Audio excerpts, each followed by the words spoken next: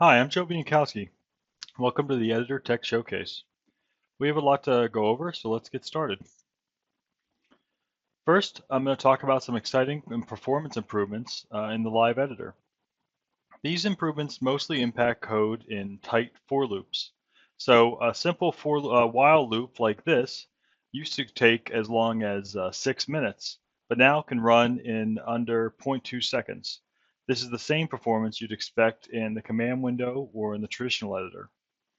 This change has been pushed to R2019B and 19A in the different updates.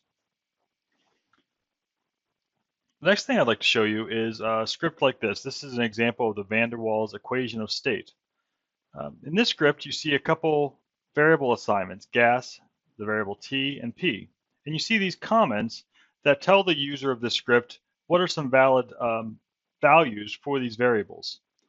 So for butane, you can see all the different types of gases that you can put in this gas variable. Well, in 18A, we introduced the concept of live controls. So I can select butane, and I can insert a drop-down control. I can then, in this case, I'll take all these strings, I'll cut them or copy them, and I can configure the control and paste those right in here.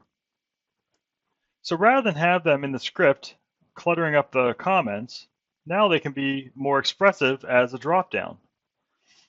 If we jump to a formatted version of the script, I've converted this T into a slider where the range is encoded in the slider, and I have an input field that the user can input into, and it's kind of telling the user this is a field that's meant to be changed. The next thing I'd like to look at is a script that's meant to calculate the heart rate from electrocardiogram data. So the first thing the user does is, they load this data from a file.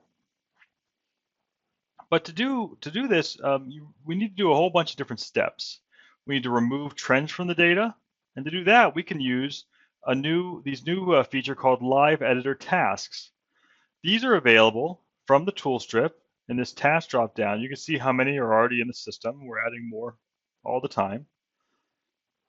So in this case, they've selected the noisy ECG data, and you can see they've tried different values and they've landed on the custom value. And all these are code generators. So this little UI generated all this code. And more than that, it generated a preview to help you know that it did the right thing. It generated the code that you wanted it to generate. When you're done, it can be minimized and it outputs the variable, and you can kind of continue on with your activities. The next step would be to find local extrema. You can find the minimum maximum, and you find these different values to find the different heart rate pulses. And because this is just generating regular code, you can finally just write a very simple algorithm to actually grab the heart rate, and your task is done. The next thing I'd like to show you is a remaining useful life prediction. So if we look at this script, this is just looking at the remaining useful life, and I noticed something really interesting here. This plot has a really cool looking legend, and I want to know how did the author of this script do that? Well, I can use the new debugging feature to run to here without even setting a breakpoint. I can click this, and the script's going to run up to this point.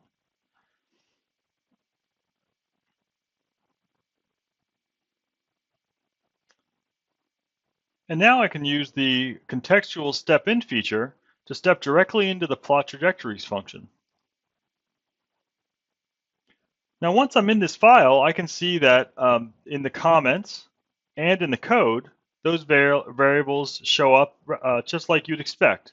That's because now we have the ability to show UTF-8 content in the editor. So thanks for listening. That's my demo. I hope you enjoy the other tech showcases in this year's MAB. Thank you.